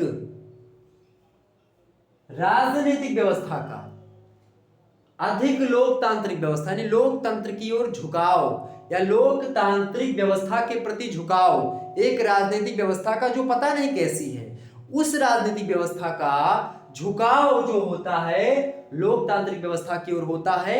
ये जो प्रक्रिया होती है या एक राजनीतिक व्यवस्था से एक लोकतांत्रिक व्यवस्था की ओर जो संक्रमण होता है, उसी संक्रमण को लोकतंत्रीकरण कहते हैं। लोकतंत्र क्या है कि जनता के द्वारा जनता के लिए, जनता के द्वारा जनता के लिए, जनता द्वारा मतलब कि जनता द्वारा जनता का जनता के लिए किया गया शासन लोकतंत्र कहलाता है। अब्राहम लिंकन अमेरिका के राष्ट्रपति थे, उन्होंने परिभाषा दी थी और निश्चित तौर पर मेरे हिसाब से जब बहुत बढ़िया परिभाषा यही है। तो कुल मिलाकर के लोकतंत्र में हर एक चीज की स्वतंत्रता और एक प्रकार से सभी का ध्यान रखा जाए। राज्य ऐसा नहीं कि राज्य सर्वोपरि है, राज्य सर्वोपरि ना होकर के जनता सर्वोपरि होती है लोकतंत्र में। ओके, यानी जनता को अधिकार है कि वो हर 5 वर्ष पे चुनाव मतलब होगा और उसके बाद में जनता पर जो अत्याचार हुए हैं, जनता की पर जो मनमानी हुई है, उसका वो हिसाब चुकता कर सकते हैं। लोकतंत्र की यही पावर है। एक लोकतंत्र की यह पावर है कि वो जब चाहे वो राजा को हटा सकता है, जब चाहे वो राजा को मतलब कि एक प्रकार से बना सकता है। अर्थात जनता किंग मेकर का काम करती है, यानी किंग को बनाती है, किंग को बिगाड़ती है। जनता सर्वोपरि है, लोकतंत्र यही है। ठीक, ये लोकतंत्र की चीज समझ में आ गई। अब थोड़ा सा हम देखेंगे एक प्रकार से कि लोकतंत्र भारत में किससे पहले जो अन्य देश आए उनमें कब कब शुरू हुआ, उसको थोड़ा सा जान लेते हैं। ठीक, तो थोड़ा सा मैंने क्या बताया कि अब हम थोड़ा सा जान लेते हैं कि आखिरकार विभिन्न देशों में जो लोकतंत्र आया वो कैसे कैसे आया, एक हिस्ट्री थोड़ा सा इसका। सबसे पहले बात की जाए लोकतंत्र की, तो लोकतंत्र की अवधारणा का जन्म जो मान ले अगर हम, तो यूके में होता है। यूके अर्थात यूनाइटेड किंगडम, आयरलैंड, वेल्स और आयरलैंड, उत्तरी आयरलैंड, वेल्स और इंग्लैंड, जब ये देश आपस में सम्मिलित हो जाते हैं तो आपका क्या बनता है, यूके बनता है यूनाइटेड किंगडम, यानी जो ब्रिटेन है यानी इंग्लैंड जो कहते हैं। हालांकि ब्रिटेन और यूके दोनों में एक देश का डिफरेंट है, हालांकि वो समझना हमारा पहलू नहीं है, बट फिर भी इनको याद नहीं करना है आपको, बस ये जान लीजिए, थोड़ा सा जानकारी के लिए मैंने बताया। तो मतलब यूनाइटेड किंगडम में यानी कि जो है ब्रिटेन में खास करके बात की जाए 1689 ईस्वी में लोकतंत्र की अवधारणा आप देखिएगा खास करके आ जाती है। इसके बाद में अमेरिका में सन 1776 ईस्वी में, फ्रांस में 1789 ईस्वी में, चूंकि 1776 ईस्वी में आप देखते हैं एक जो है एक क्रांति वगैरह होती है, उसके बाद में बोस्टन टी पार्टी वगैरह तमाम प्रकार की, जो अमेरिका की क्रांति के बाद से यहाँ पर लोकतंत्र, फ्रांस की क्रांति 1789 ईस्वी के बाद से आप देखिएगा यहाँ पर लोकतंत्र की स्थापना होती है, पुर्तगाल में 1974 ईस्वी में। इसके अलावा सबसे बड़ा लोकतंत्र का एक प्रकार से जो ब्रिटिश साम्राज्यवाद था, यानी ब्रिटेन लगभग समूचे विश्व पर अपना कब्जा करके बैठा था, और जहां जहां से उसने छोड़ता गया जिस हिसाब से, जब जब जिस देश को आजादी मिली, उसी आजादी के बाद में जब उस देश के संविधान मतलब कि उस देश मतलब जैसे कि भारत की मैं बात करूं तो भारत आजाद हुआ 1947 में, 1950 में भारत का संविधान लागू हुआ, उसके बाद में भारत एक लोकतंत्र हो गया।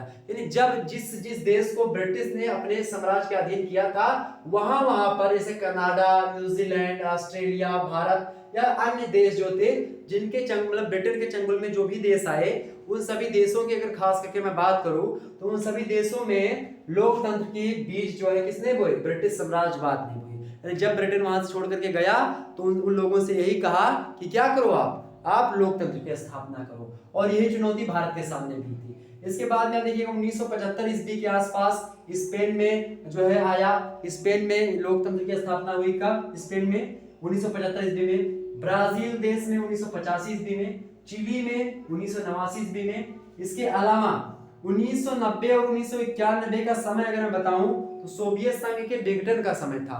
सोवियत संघ के विघटन के बाद में जो मध्य यूरोप आपका पड़ता है, मध्य यूरोप में या मध्य एशिया, खास करके यूरोप और एशिया के बीच का जो क्षेत्र है, यूरोप में खास करके मान लेते हैं, तो वहां पर आप देखिएगा सोवियत संघ का विघटन हो गया 1990 के और 1991 के आसपास। सोवियत संघ यानी कि जो रूस है आजकल, वो पहले सोवियत संघ के नाम से आना आता था। सोवियत संघ में 15 देश कुल मिलाकर के शामिल थे। उन 15 देश जब एकदम से टुकड़े टुकड़े हुए, उसके वो अलग अलग हुआ, तो खास करके आप देखिएगा यहाँ पर लोकतंत्र की स्थापना हुई रूस में। इसके अलावा भारत की अगर बात करूं विशेष परिप्रेक्ष्य में, तो भारत में लोकतंत्र की जो शुरुआत होती है 1947 ईस्वी में। आप देखिएगा खास करके मुख्य रूप से जब भारत देश आजाद होता है, ब्रिटिश साम्राज्यवाद के चंगुल से छूटता है भारत, उसके बाद से ही लोकतंत्र के बीज धीरे धीरे यहाँ पर पनपने लगते हैं। अंकुर लेता हुआ बीज आकर के 1950 ईस्वी में पूर्ण रूप से एक पौधे का रूप धारण करता है छोटे से, और धीरे धीरे करके यहीं से फलने फूलने लगता है वो पौधा, और आज आकर के वो पौधा एक प्रकार से थोड़ा सा बड़ा जरूर हुआ है, लेकिन उस पौधे में बहुत सारे कीटाणु लगे हुए हैं। अर्थात आज भी कुछ ऐसे राजनेता हैं, आज भी कुछ ऐसे जो है राजनीतिक जो ऐसे हैं कुछ सर्प टाइप के, वो लोकतंत्र की जड़ को यानी दीमक की तरह काट रहे हैं। तो खास करके लोकतंत्र भारत की बात की तो 1950 ईस्वी जब भारतीय संविधान लागू हुआ, उसके बाद से भारत में लोकतंत्र की स्थापना होती है, और आज दुनिया का सबसे बड़ा लोकतंत्र कौन है? भारत है। तो इस प्रकार से इसका स्क्रीनशॉट आप सभी लोग लीजिएगा, ले लीजिए सभी लोग फटाफट से। तो आपने स्क्रीनशॉट ले लिया होगा, स्क्रीनशॉट आपका हो गया लगभग। अब हम जो आपका लास्ट चीजें बचती हैं, क्योंकि आपने उत्तर औपनिवेशिक भारत के बारे में पहले जाना, और उससे पहले मैंने औपनिवेशिक भारत के पहलुओं पर चर्चा करी थी और उसके बारे में समझा, लोकतंत्रीकरण के बारे में जाना, लोकतंत्र किसे कहते हैं इसको जाना, ठीक, लोकतांत्रिकरण की जो प्रक्रिया होती है उस प्रक्रिया को जाना। लेकिन उसी प्रक्रिया और कुछ लोकतंत्र के आयाम है, सामाजिक, आर्थिक और राजनीतिक, यानी इन सभी आयाम का मतलब होता है कि किस प्रकार से काम किए गए, अर्थात अभी तक जो लोकतंत्र की चीजें हुई है उनमें किन किन चीजों में कहा, जैसे कि देशी रियासतों और उनका एकीकरण करना था, राज्यों का पुनर्गठन करना था, भारत का संविधान निर्माण करना था, आर्थिक नियोजन एवं पंचवर्षीय योजनाएं लागू करनी थी। इसके अलावा हमको क्या क्या करना था भाई, देखिए समाज कल्याण के कुछ कार्य करने थे, ये भी लोकतंत्र की ही दृष्टि से महत्वपूर्ण है। इसके अलावा आर्थिक नियोजन हमको उस पर ध्यान देना था। इसके अलावा शिक्षा के क्षेत्र में सुधार देखना था, चिकित्सा में सुधार देखना था, भारत की जो विदेश नीति थी, फॉरेन पॉलिसी, उस समय सबसे जटिल प्रश्न बना हुआ था।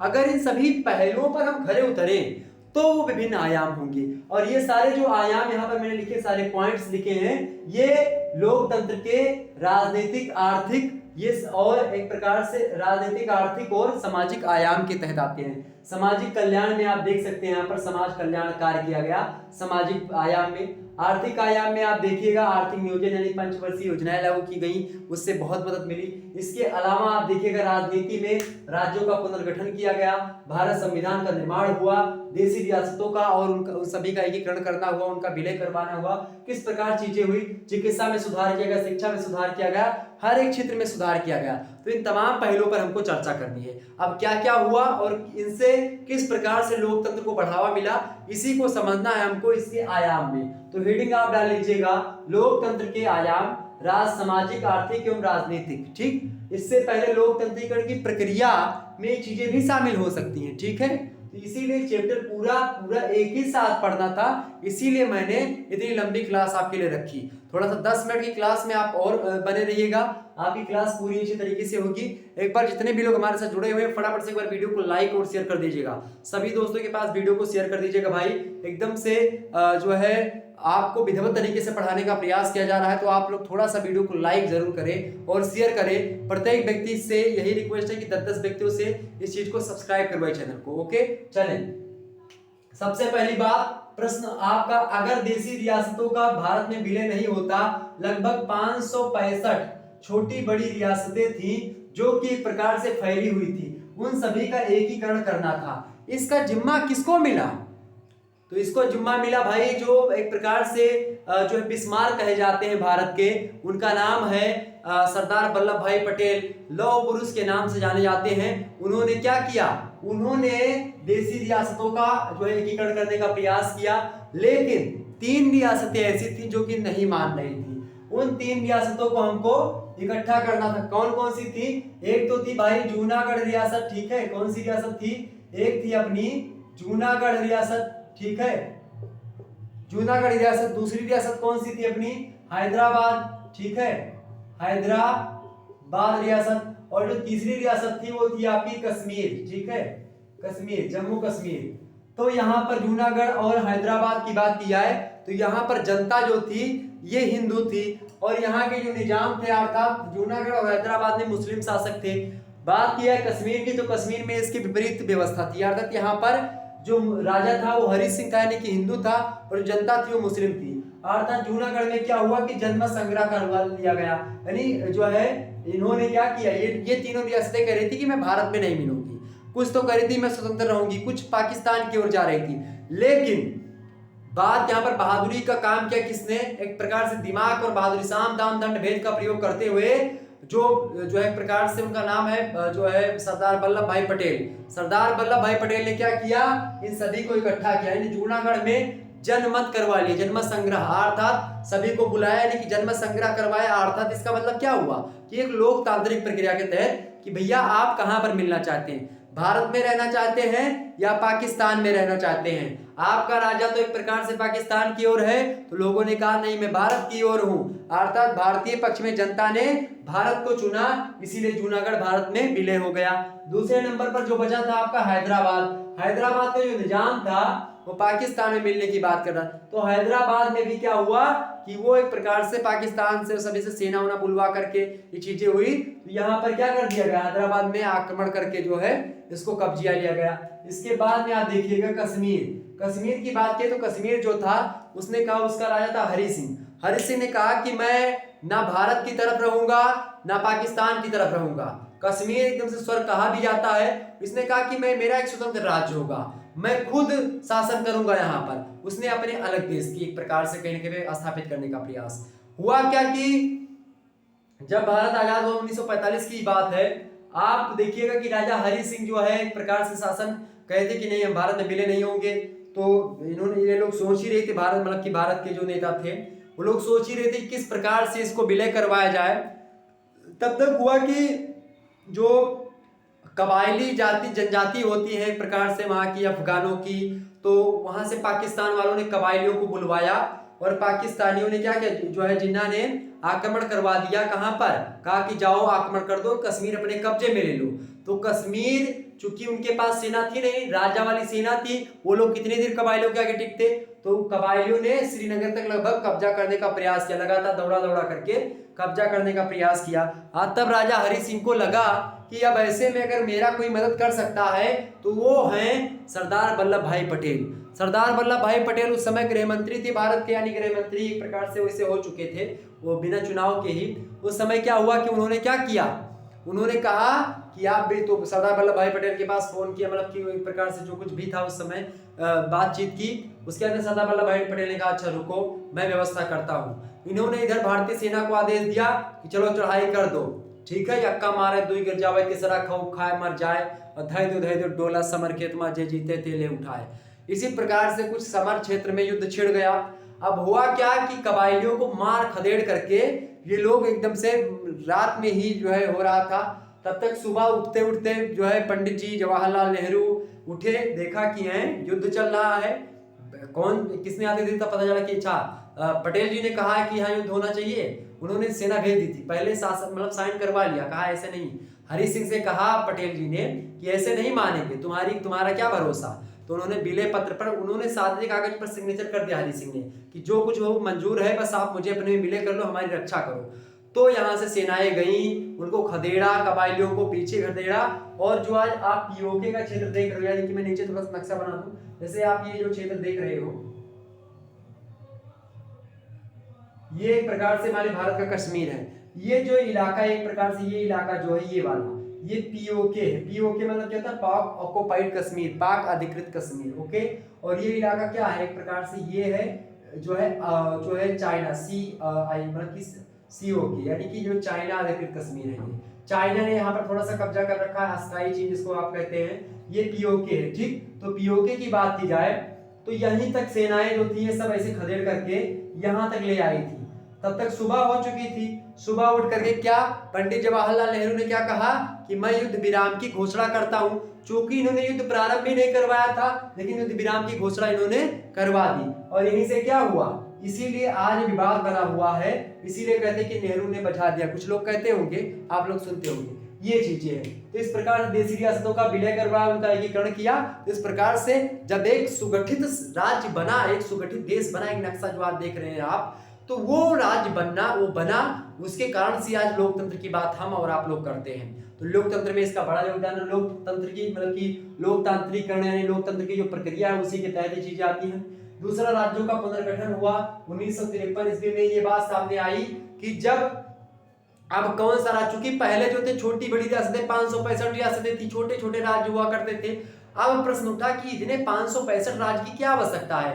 तो अब सीमा बनाई जानी थी कि कहां कहां से कौन सा राज्य होगा, किस राज्य का क्या नाम होगा। तो ये समस्या उत्पन्न हुई कि अब किस राज्य को किस प्रकार से हमको, एक प्रकार से किस आधार पर हमको राज्यों का पुनर्गठन करना है, दोबारा से उनको गठित करना है लोकतांत्रिक प्रक्रिया के तहत। किस प्रकार से, तो लोगों ने कहा भाषा के आधार पर। तो खास करके पहले शुरुआत में चीजें नहीं हुई है, बहुत ज्यादा 1-2-3 लोग मतलब की मृत्यु तक प्राप्त हो गई इसको लेकर के भाषा के आधार पर राज्य बने। मतलब धीरे धीरे पहले 16 राज्यों का गठन हुआ, 16 राज्य बने, उसके अंदर और धीरे धीरे राज्य बनते गए। और आज भारतीय संविधान में बात की जाए कुल मिलाकर के 28 राज्य और 8 केंद्र शासित प्रदेश हैं, जिनमें 2019 में आप देखिएगा कि जो चीजें हुई 2019 में ही बातें हुई थी। आप लोगों ने देखा होगा कि 370 जो धारा वगैरह थी उसको हटा करके जम्मू कश्मीर अब एक देश मतलब एक राज्य नहीं है, अब वो क्या है, एक केंद्र शासित प्रदेश है, ठीक। तो अब कुल मिलाकर के 8 केंद्र शासित प्रदेश हैं, 28 राज्य हैं, ठीक। ये चीजें आप ध्यान रखिएगा। तो राज्यों का पुनर्गठन हुआ।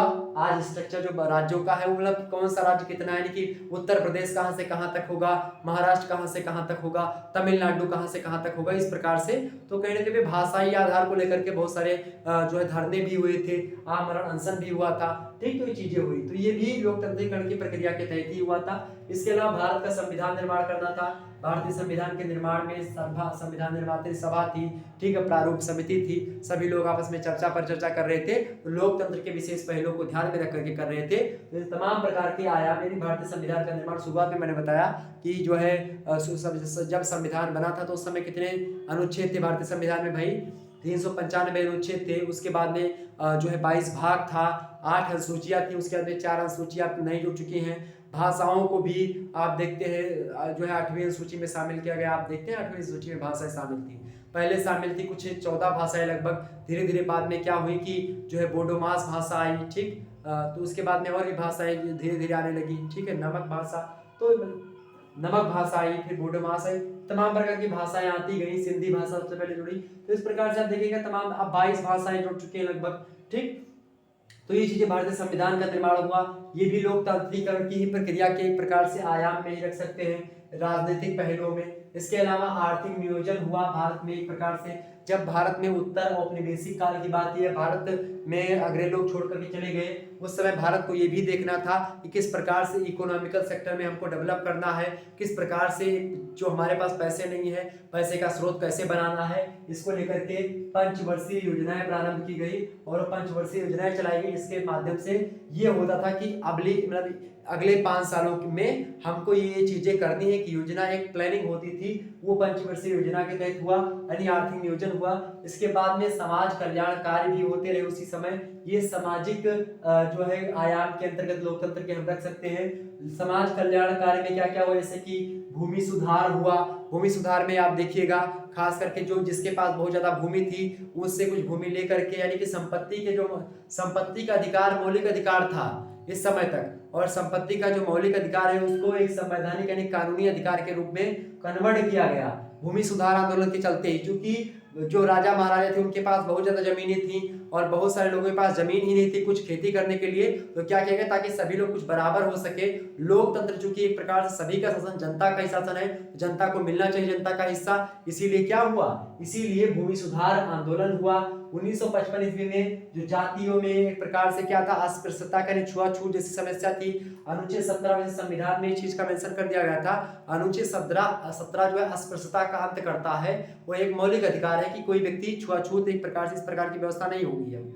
तो यानी 1955 में कानून बन गया अस्पृश्यता जो निरोधक कानून, ठीक। इसके अलावा क्या हुआ, न्यूनतम वेतन अधिनियम बना।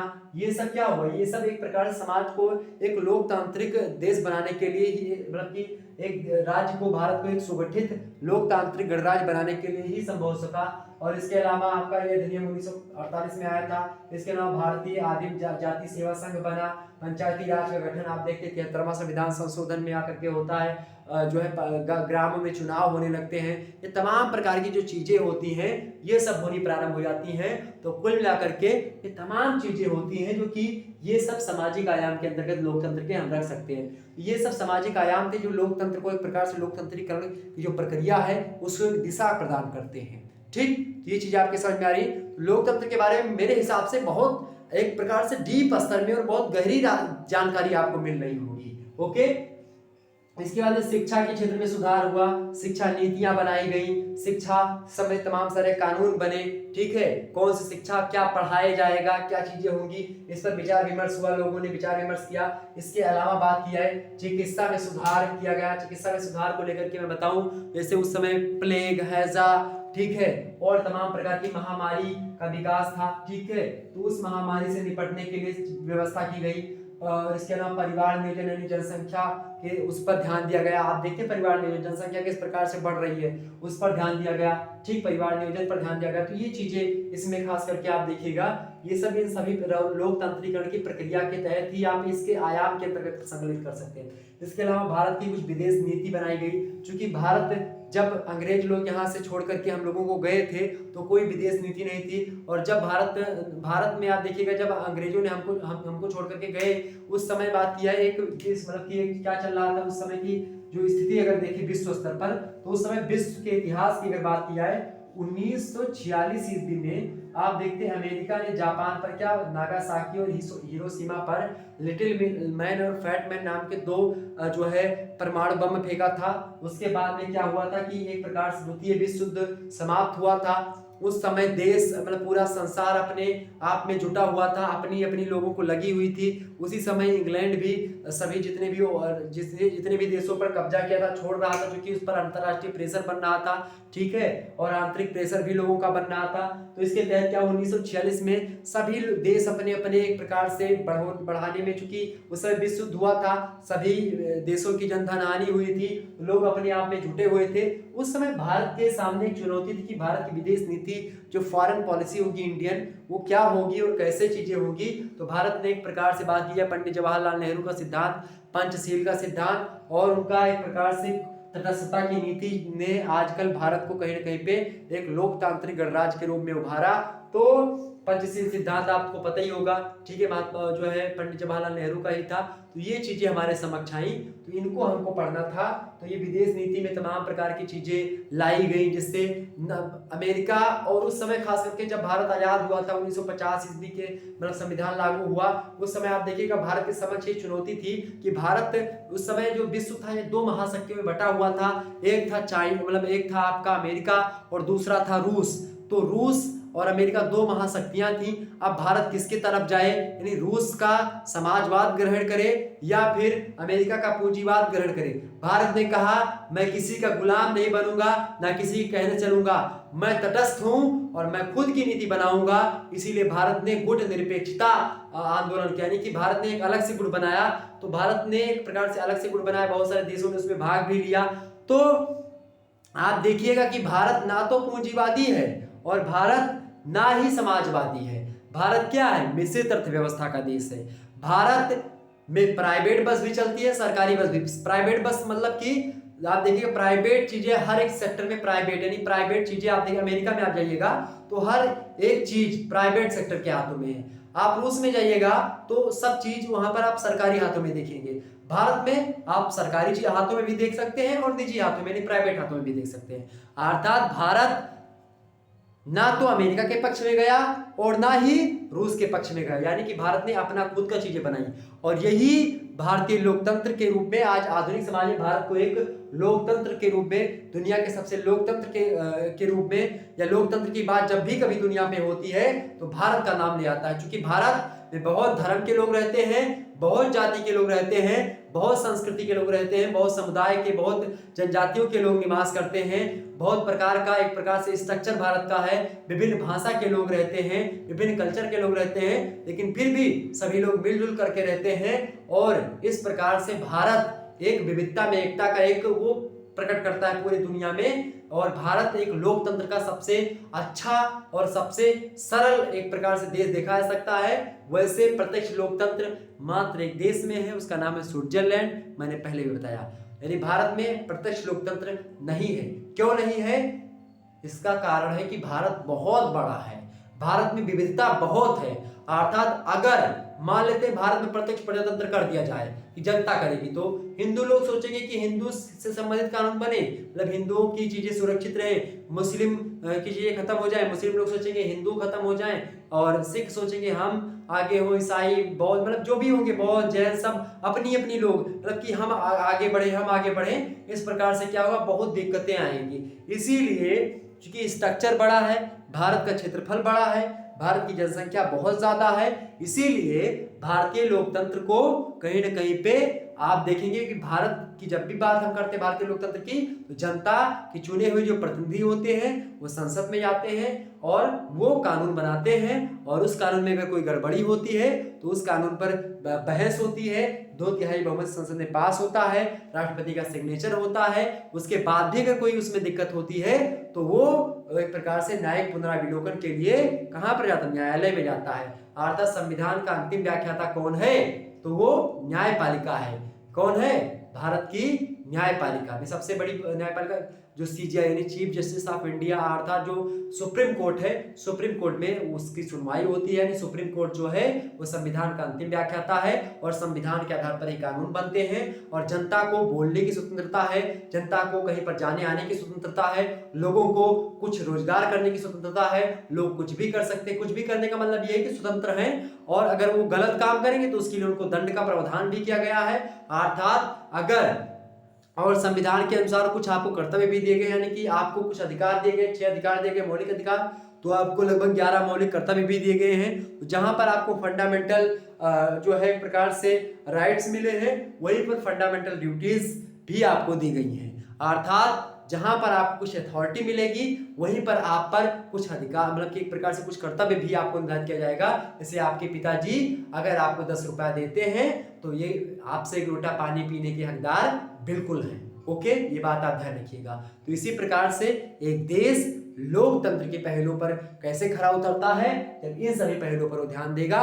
यानी एक लोकतांत्रिक गणराज्य वही कहा जाएगा जिस राज्य का नियम, जिस राज्य का कानून जनता के लिए होता है, जनता को आगे बढ़ाने के लिए होता है। खास करके चिकित्सा में सुधार हुआ, शिक्षा में सुधार की बात किया तो 6 से 14 वर्ष के बच्चों के लिए निःशुल्क शिक्षा उपलब्ध करवाई गई। यानी कि अगर किसी भी देश को लोकतंत्र पे ध्यान रखें, यानी कि जनता की बातों को सुनना है, जनता के जो बताए गए जो मार्ग हैं, जनता क्या चाह रही है, उसी को ध्यान में रख करके जब वो अपने कानून को, अपने नियम को, अपने मापदंडों को चिन्हित करते हैं तो वो देश लोकतंत्र होता है। भारत मेरे हिसाब से लगभग और लगभग 70% तक आपका लोकतंत्र यहाँ पर भारत में आप देख सकते हैं, इसमें कोई दो राय नहीं है। भारत सरकार ये लगी रहती है कि भारत के लोग, जो गरीब लोग हैं, कितना आगे हो सके। लेकिन उसी बीच में आप देखते होंगे कि अमीर लोग भारत में अभी भी बहुत अमीर होते जा रहे हैं और गरीब लोग और गरीब होते जा रहे हैं। मध्य वर्ग बीच में कुचला जा रहा है। आप देख रहे होंगे मध्य वर्ग की जिंदगी किस प्रकार से एकदम से जो है दबी पड़ी जा रही है, ये आप देख सकते हैं। तो कुल मिलाकर के एक शब्द में अगर मैं कहना चाहूं तो लोकतंत्र के पहलुओं पर भारत देश एक प्रकार से दुनिया का सबसे बड़ा लोकतंत्र है। आप प्रत्यक्ष रूप से चूंकि और मतलब एक प्रकार भारत में चुनाव होता है, आप देखते हैं मनमोहन जी थे सरकार में, उसके बाद में मोदी जी आए। ठीक, मोदी जी अच्छा काम नहीं करेंगे तो आगे और कोई आएगा। अर्थात ऐसा नहीं है कि मोदी जी ही पूरे दिन मतलब हमेशा शासन करेंगे, और भी कोई आ सकता है, उनके बाद में कोई और आ सकता है। क्या लोगों ने सोचा नहीं पंडित जवाहरलाल नेहरू प्रधानमंत्री बने हैं, इसके बाद में कोई नहीं बनेगा? तो लाल बहादुर शास्त्री बने, इंदिरा गांधी बनी, पी.वी. नरसिम्हा राव बने, ठीक है, अटल बिहारी वाजपेयी बने, वी.पी. सिंह बने, सभी लोग तो बने, ठीक, मनमोहन सिंह बने, मोदी जी बने, और भी लोग बने। तो कुल मिलाकर के हर चीज आप देख सकते हैं इसको। तो कुल मिलाकर के लोकतंत्र के पहलुओं पर हर एक चीज पे खरे उतरते हैं लोग। ओके, चलिए फिर मिलते हैं हम नेक्स्ट वीडियो में। तब तक के लिए जय हिंद, जय भारत। तो आपका चैप्टर 1 समाप्त हुआ। चैप्टर 1 क्या था आपका? उत्तर औपनिवेशिक भारत में लोकतंत्रीकरण की प्रक्रिया और लोकतंत्र के आयाम, सामाजिक, आर्थिक और राजनीतिक। मैंने पूरा समझा, विस्तार से आपको बताया। कोई डाउट हो आपको अवश्य बताइएगा, यहीं से आपके प्रश्न पूछे जाएंगे। ओके, मॉडल पेपर मैं तैयार कर रहा हूं, जल्द ही आपके मॉडल पेपर में चर्चा करूंगा, तो आपको भटकने की, परेशान होने की आवश्यकता नहीं है। शुक्ला स्टडी पॉइंट आपके लिए हमेशा मेहनत करता है, बेस्ट करता है। आपके लिए मैं दिन रात मेहनत करता हूं। हमारी शरीर आप देख सकते हैं किस प्रकार से हो चुकी है। मैं लगातार आपके लिए मेहनत करता हूं हमेशा से, ठीक है। और आप सभी का इसी प्रकार से प्यार चाहिए और इसी प्रकार से अपना प्यार बनाए रखिएगा। और जिनको हिंदी का कोर्स लेना है वो हमारे नंबर 9161933762 पर व्हाट्सएप करिएगा। हिंदी का कोर्स अभी खुला हुआ है, आप कोर्स ले सकते हैं मात्र 100 रुपए में। ओके, पूरी हिंदी आप पढ़ सकते हैं, ठीक। और विस्तार से पढ़ाता हूँ, आपको पता ही होगा। तो आपको समझ में आया कमेंट में बताइए और शेयर कर दीजिए सभी दोस्तों के पास इस वीडियो को, ताकि और सभी आपके दोस्त पढ़ सके। Good night, I love you. सभी को बहुत बहुत धन्यवाद, बहुत बहुत धन्यवाद। Good night.